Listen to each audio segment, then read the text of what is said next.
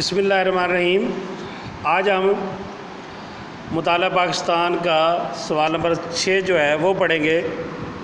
ہم نے تاریخ پاکستان کا پارٹ 2 شروع کیا ہوا ہے، پہلا چیپٹر ہے آپ کا، اس میں تاریخ پاکستان کا پارٹ 2 آپ پڑھ رہے ہیں۔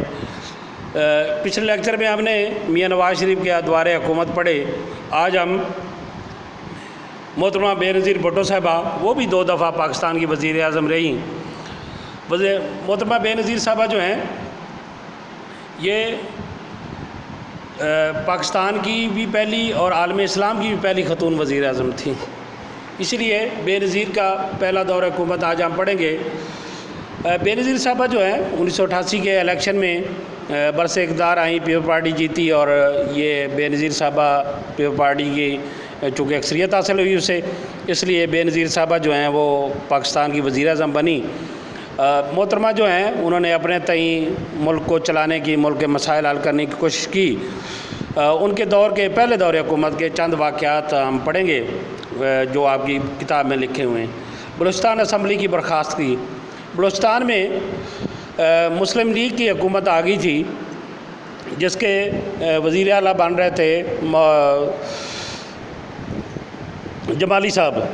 ہوا یہ کہ ان کو یہ پسند نہیں آئی بات بے نظیر صاحبہ کو، اور انہوں نے ان کی صوبائی اسمبلی، انہوں نے ابھی اعتماد کا ووٹ بھی نہیں لیا تھا۔ اعتماد کا ووٹ ہوتا ہے اسمبلی سے وزیر اعلیٰ یا وزیر اعظم ووٹ لیتا ہے، جی کہ میں جو اکثریت ووٹ لے لے تو وہ وزیر اعلیٰ یا وزیر اعظم بن جاتا ہے، اسے اعتماد کا ووٹ کہتے ہیں۔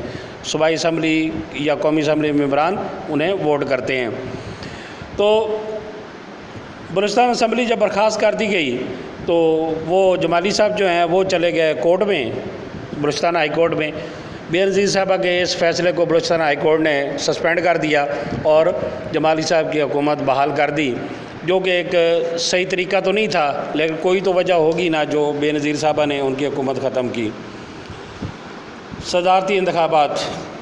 ضیاء الحق کی شہادت کے بعد ان کا طیارہ کریش ہوا، ان کے بعد جو ہے سینٹ کے چیئرمین ہی بنتا ہے صدر۔ تو عارضی طور پہ سینٹ کے چیئرمین غلام اسحاق خان تھے، انہوں نے ہی پیپل پارٹی کی طرف سے الیکشن لڑا، اور نوابزادہ نصر اللہ خان جو کہ اپوزیشن کے امیدوار تھے ان کے مقابلے میں الیکشن جیتا اور صدر پاکستان بنے۔ پاکستان کی دولت مشترکہ میں دوبارہ شمولیت۔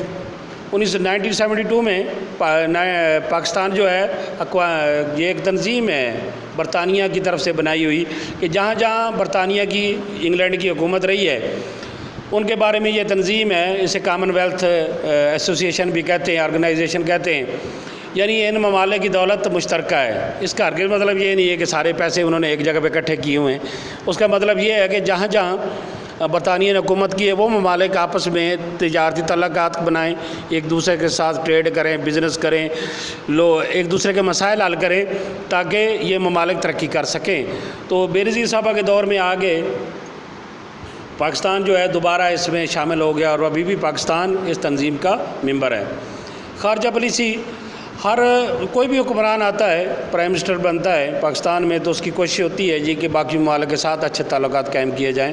بے نظیر صاحبہ نے بھی بھارت کے ساتھ، چونکہ ہمارا ایک دیرینہ مسئلہ چل رہا ہے کشمیر پہ، تو کشمیر کے ساتھ بھی خارجہ پالیسی کو بہتر بنانے کی کوشش کی، بھارت کے ساتھ تعلقات بہتر بنانے کی کوشش کی۔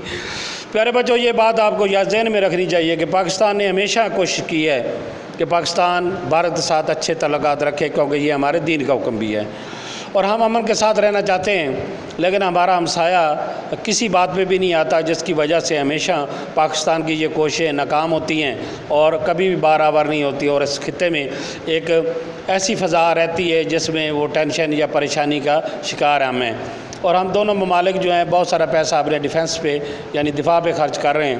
کاش یہ دونوں ممالک میں تعلقات بہتر ہو جائیں، اور ہم تو چاہتے ہیں، لیکن اس کے لیے ضروری ہے کہ جی پہلے ہندوستان مسئلہ کشمیر حل کرے۔ جب تک وہ مسئلہ حل نہیں ہوگا ہماری خارجہ پالیسی اسی طرح رہے گی جی کہ پہلے مسئلہ کشمیر پھر تعلقات۔ سماجی بہبود کے کام شروع کیے گئے۔ بے نظیر صاحبہ نے اپنے پہلے دور حکومت میں سماجی معاشرے کے لیے جو بہتر ہو سکتے ہیں، خواتین کے لیے بے نظیر صاحبہ نے کچھ کام کیے۔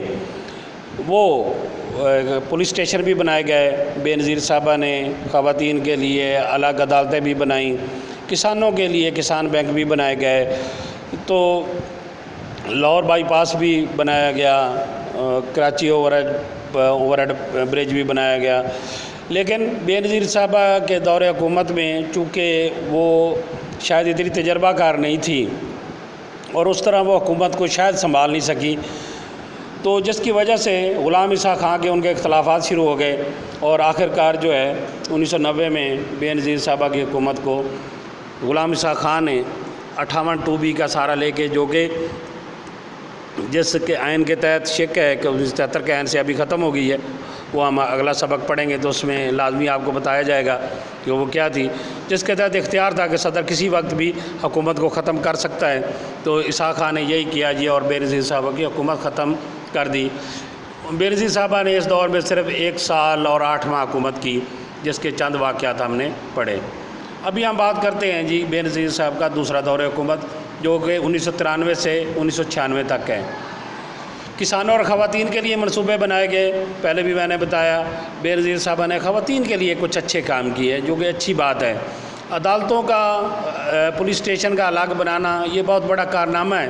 ہمارے چھوٹے شہروں میں تو نہیں ہے، بڑے شہروں میں یہ ادارے لازمی ہیں، لیکن خواتین کی عدالتیں بھی ہیں تاکہ انہیں خواتین ہی ڈیل کریں، تاکہ وہ بہتر طریقے سے اپنا مدعا یا اپنی بات کر سکیں۔ کسانوں کے لیے، پاکستان ایک زرعی ملک ہے، کسانوں کے لیے بھی کام کیا گیا، کسان بینک بھی بنائے، کسانوں کے لیے اور پالیسیاں بھی بنائے گی تاکہ ہماری زراعت بہتر ہو۔ ترقیاتی منصوبے بنائے گئے، کچھ ترقیاتی منصوبے، کچھ سڑکیں، کچھ چیزیں بنائی گئیں۔ اسی دور میں جو میاں نواز شریف کے دور حکومت میں موٹر وے شروع ہوئی تھی، اس کا سائز چھوٹا کر دیا گیا، پہلے 6 رویہ تھا، بے نظیر صاحب نے 4 رویہ کر دیا، لیکن بہرحال کام جاری رہا اور وہ موٹر وے میاں نواز شریف کے دور میں مکمل ہوئی، لیکن کام جاری رہا۔ 8واں 5 سالہ منصوبہ، ابھی ہمارا بجٹ جو ہے سالانہ بنتا ہے، ہر سال میں ہم ایک ایسٹیمیشن دیتے ہیں، جون میں تقریباً ہوتا ہے، گورنمنٹ دیتی ہے کہ ہماری یہ اخراجات ہوں گے، یہ ہماری انکم ہے، تو یہ ہم نے ادائیگیاں کرنی ہے، یہ ترقیاتی منصوبے شروع کرنے ہیں۔ لیکن اس سے پہلے 5 سالہ منصوبہ شروع ہوتے تھے، اور یہ بے نظیر صاحبہ کا آخری 5 سالہ منصوبہ تھا، جیسے 5 سال کی پلاننگ کی گئی کہ اگلے 5 سالوں میں کیا کیا کام ملک میں کام کیے جائیں گے، کون سے ترقیاتی کام ہوں گے، کہاں کہاں پہ پیسہ خرچ کیا جائے گا، لوگوں کی بہتری کے لیے کون سے منصوبے شروع کیے جائیں گے۔ بیرونی دورے اور مسئلہ کشمیر، بے نظیر صاحبہ نے ایران کا دورہ بھی کیا، ترکی کا دورہ بھی کیا، اور مسئلہ کشمیر پر حمایت حاصل کی۔ ہم کوئی بھی ہمارا حکمران ہو، وہ مسئلہ کشمیر کو پس پشت نہیں ڈال سکتا، تو بے نظیر صاحبہ نے بھی اس کے لیے ایفرٹ کی کہ ان جو اسلامی ممالک خاص طور پر وہ اس معاملے میں پاکستان کی حمایت کریں، اور انہوں نے حمایت کی بھی۔ خیبر پختونخوا حکومت، اس وقت شمال مغرب سرحدی صوبہ تھا، خیبر پختونخوا تو ابھی نام ہے اس کا، وہاں پہ مسلم لیگ نون کے صابر شاہ کی حکومت تھی۔ بے نظیر صاحبہ نے ان کی حکومت ختم کر کے نون لیگ اپنے پیپل پارٹی کے آفتاب شیرپا کی حکومت قائم کر دی، جو کہ ایک غیر آئینی عمل تھا، لیکن وہ بہتری سمجھتے ہوں گے جی انہوں نے کیوں کیا، لیکن ایسا نہیں کرنا چاہیے۔ جسے عوام مینڈیٹ دے دے، عوام حکومت کرنے کا حق دے دے، اسے چاہیے جی کہ دوسروں کو برداشت کرنا چاہیے اور اسے حکومت کرنے دینی چاہیے۔ یہ بھی پہلے دور میں آپ نے دیکھ لیں کہ انہوں نے ظفر الجمالی کی حکومت ختم کر دی، دوسرے دور حکومت میں نون لیگ کے صابر شاہ صاحب کی حکومت ختم کر دی، جو کہ اچھی بات نہیں تھی۔ بہرحال یہ ان کی مرضی تھی، یہ ان کا فیصلہ تھا، وہ بہتر سمجھ سکتے۔ بے نظیر حکومت کی برخاستگی، بے نظیر صاحبہ دوسرے دور حکومت میں بھی اپنا وقت پورا، یعنی جو مدت ملازمت وزیر اعظم کی 5 سال ہوتی ہے، وہ پوری نہیں کر سکی۔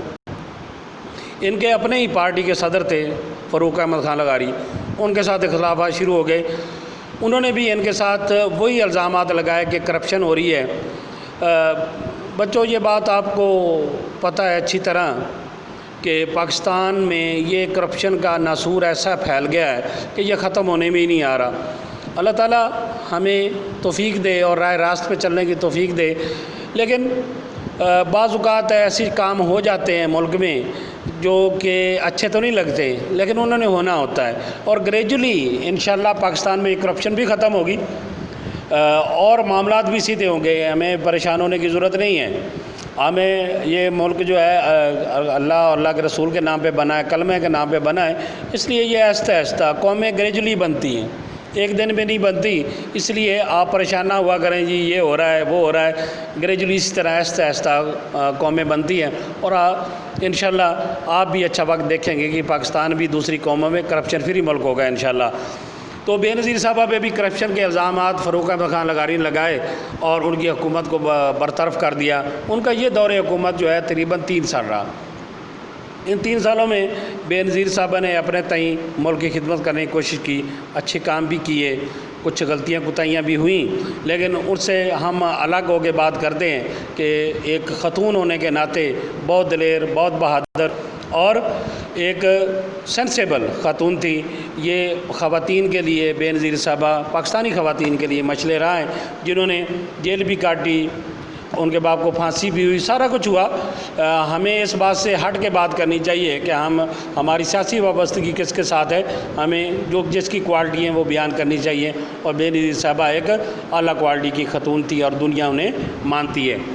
بچوں، یہ بے نظیر صاحبہ کا دور حکومت ہم نے پڑھا، یہ جب بھی سوال آئے گا یہ دونوں دور حکومت آئیں گے۔ آپ کو چاہیے کہ اپنی کتاب کھولیں، اس لیکچر کو سامنے رکھیں، جو کچھ میں بتا رہا ہوں ایکسپلین کر رہا ہوں اسے میچ کریں اور اسے یاد کرنے کی کوشش کریں۔